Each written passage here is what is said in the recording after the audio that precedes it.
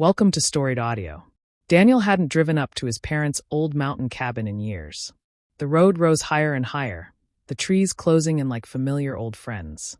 He told himself he was only going to check on the place, make sure the roof hadn't caved in, but something in him felt drawn there, as if the mountains had been waiting.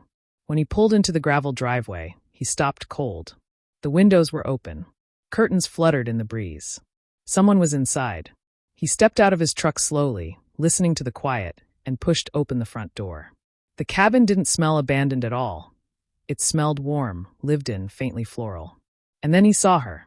A young woman stood in the middle of the room, barefoot, clutching a blanket around her shoulders.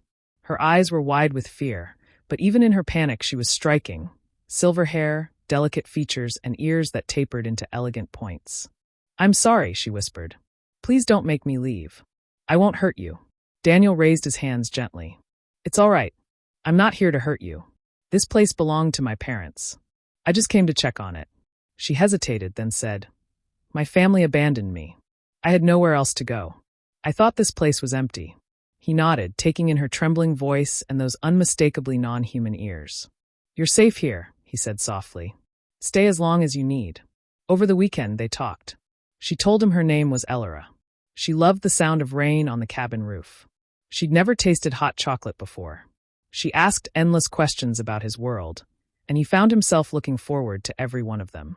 When Sunday came, he told her he had to return home for work. Her face fell, but he promised he'd come back. And he did. Every week. He brought food, blankets, books, little things she might enjoy. She waited for him at the window, smiling brighter each time. Their conversations grew warmer, deeper. Friendship settled between them naturally, like it had always been meant to happen. One afternoon, as they walked along the ridge behind the cabin, Elyra stopped and took his hand. "If we were married," she said quietly, "I could return home. My people would accept you too." Daniel felt something shift inside him. He realized he loved her, this strange, gentle woman who had stepped into his life like a story he never expected to live. "Yes," he said.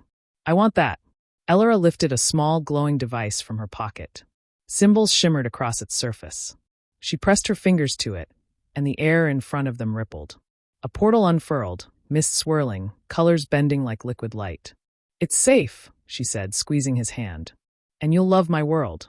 We can come back to visit whenever you wish." He looked at the cabin one last time, then at her, hopeful, radiant, otherworldly. "Then let's go," he said. Hand in hand, they stepped forward and disappeared into the mist. Subscribe for more audio stories.